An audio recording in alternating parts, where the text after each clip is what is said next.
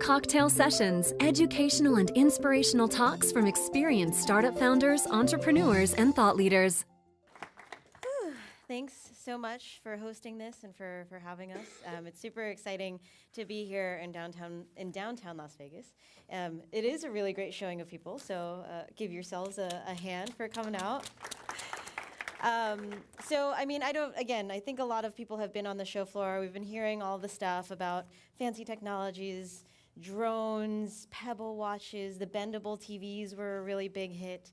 But the work that I do really focuses on, what the relevance of all of this technology is, not just for technology's sake and the wow factor, and it is very cool, and visibility cloaks I think maybe are not too far off and would be very cool when they come. But what does it matter to humans? How does it actually really make our lives better? And not just those who are particularly privileged, which I think a lot of us in this room are, but people who might not have as much as us. People maybe even as far as Africa or Southeast Asia. How does this innovation and technology actually, again, drive real meaningful impact and change? I think you see this a lot in not just the hard technology world, but software and entrepreneurship in general. I think there's even a whole website dedicated to solving first world problems, and there's a list that you can scroll down. Problems like, I can never come up with cool enough music for my party, or Safeway is a whole 10 minutes away, but I really need Twinkies right now.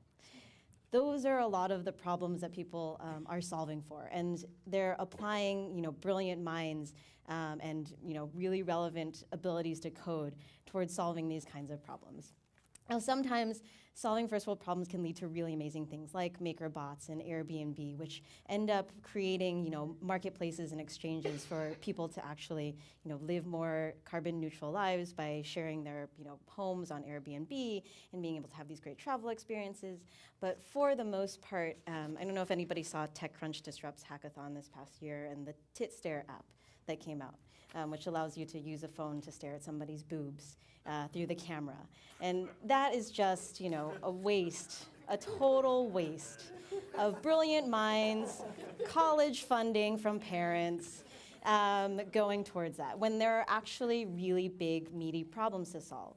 It's not actually just funny, although it's really ridiculous. But the fact of the matter is, it's focusing on first world problems is ignoring like 99% of the marketplace, right? Even if you're just thinking of this as pure business, you're ignoring 99% of users, 99% of needs, and from even not just a do-good social perspective, 99% of a business opportunity to make lives better for people. I actually because I host this conference, I see people all the time, though. It's not all sad. There are lots of people, and I think more and more people who are focusing on solving actual hard, tangible problems. There are people who we invite to speak at our conference every year. We host a big conference in New York, but also have satellites around the world. And we like to put the people on the stage who are doing this kind of work. There's been a burgeoning of people obviously working in the education spaces and starting startups that make education more accessible to people. There are people who are, a good friend of mine who is working on a startup to make, insurance plans actually transparent and work as an actual exchange. He actually, started that because his mother had cancer and had really terrible insurance, and he realized that the insurance marketplace doesn't actually work as functional capitalism, and so is tackling that problem.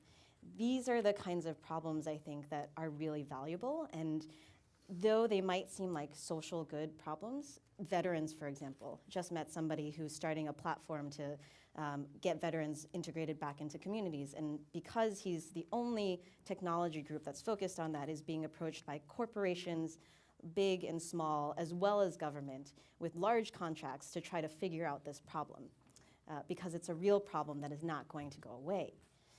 So as you all continue to enjoy CES and to continue to hear from the people who are working in technology who are about to take the stage after me, I kind of challenge you to think about, what is the relevance? Because beyond just being cool and beyond just being a wow factor, the application of that technology, or the potential for the solutions that it could realize for people's day-to-day lives, that kind of innovation is going to drive a much larger impact, both from a market perspective and from a social impact perspective, than just having something cool to show off at a booth. So please think about that. As a group of people, I think we have a very rare opportunity also to invest in that kind of innovation. Here in the Downtown Project as an example of it, and for those who are working out there, that we might invite and create a supportive ecosystem that does that. Thank you very much, and look forward to meeting all of you.